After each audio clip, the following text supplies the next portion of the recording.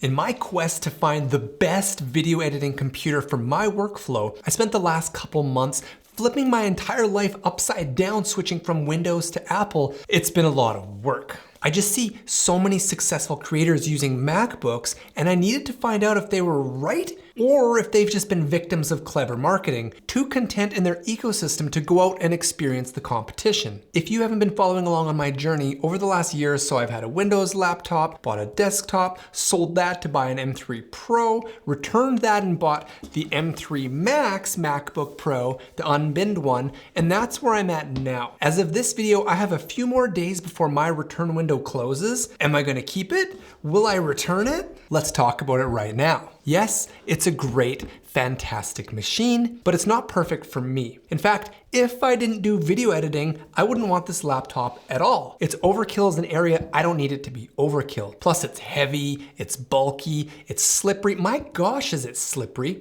The MacBook Pro lineup of laptops are serious workhorses. They're not just laptops you have because they're the best, they're laptops you get to make sure you can handle the work you're doing. And with Apple, I have learned it is very easy to buy the wrong computer for the work you're doing. They almost encourage you to just buy up to make sure that doesn't happen, and geez, those upgrades cost a lot. I started off with the M3 Pro. I was like, this isn't as good of a video editing machine as I wanted it to be, so I spent the money and upgraded to the best one possible, this one, hoping it could handle the task. It certainly made me appreciate what Apple is doing, but after using this laptop for a month now, I've also learned a lot about my needs and how, well, this doesn't necessarily meet all of them. Just so you know, I'm not a hardcore specs guy. I'm a benefits, not a features kind of person. I don't know exactly how 14 Apple GPU cores compares to an NVIDIA 4090 exactly, but I can talk about and notice the difference in speed while working with my video editing software. And that's important because I bought this laptop with creation being my #1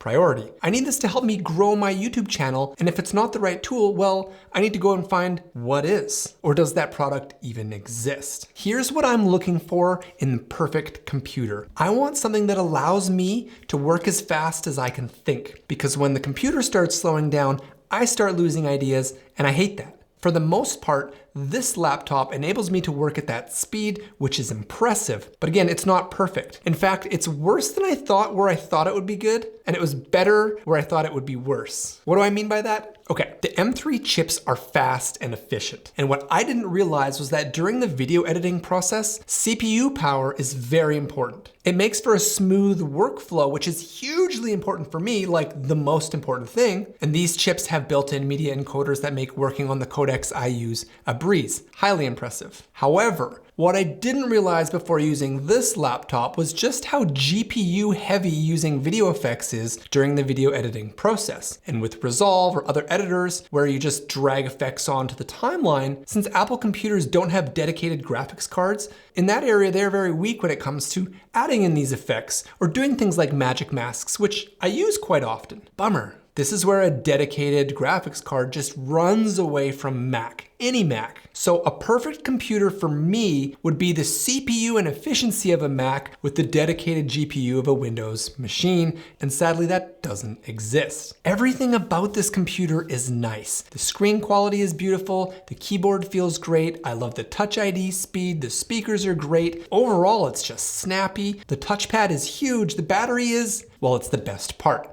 Seriously, these M3 laptops have changed how I feel about portable power. They are so insane on battery, I don't know if I can go to anything else. It sounds like I love it, and I do, but just not for 6,000 Canadian dollars. That's too much. I'm just not there yet financially. I'm too frugal. I can't do it. If it did the GPU stuff I mentioned, I would consider it, but it can't. And let's be honest, GPU stuff also means gaming. And while I'm not a huge gamer, I still like to game sometimes. And the limited amount of games available right now is just not enough. Again, not for having spent that amount of money. I want to play Rocket League. I want to play some indie games on Steam.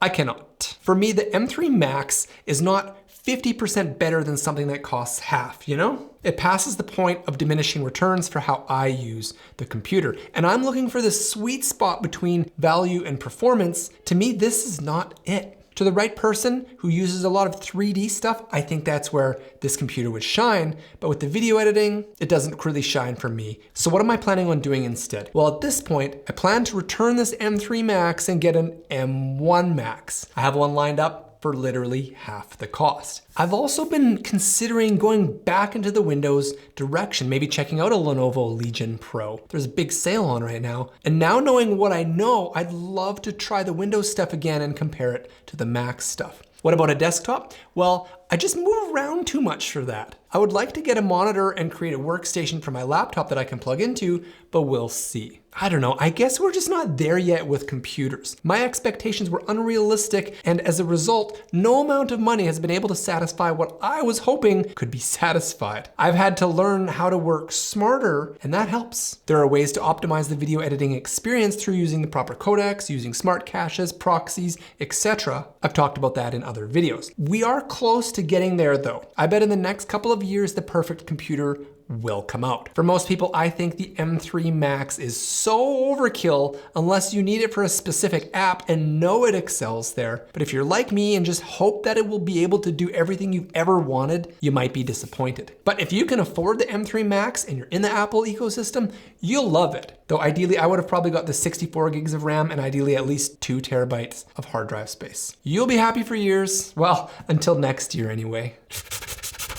I think this laptop is really cool. It got me into the Apple ecosystem. The portable power is just nuts. What do you think? Have you watched a lot of these videos? Do you think a lot of the other people out there talking about it is in the same boat as me? It seems now that people have had it and the return windows are closing, people are starting to return them and they're realizing that it's just so much money when last year's model or the year before's was almost as good. It's like having a car. When your car can drive the speed limit, you don't need a car with 800 horsepower. You can't do the speed limit any faster. And I think with a lot of people who are using their apps or playing their games and the M1 or the M2 is working just fine, I think maybe that's why Apple was smart and put the new color on, because maybe they'll get some people buying it just for the color. If they would have done a 6 slate blue or something, or maybe a nice dark teal, that might have been a little more tempting for me. Anyway, I'd love to chat about this stuff in the comments. I may have actually got my new computer in the mail today and I've been playing around with it. I'm gonna try and squeeze in the video comparing this with the computer that I got today. When that's ready, I will put that video here. Otherwise, maybe check this video out next. As always, thanks for watching. Really appreciate the comments, the support, liking the videos, and subscribes to the channel if you haven't subscribed yet. We'll see you next time on the SAD Studio.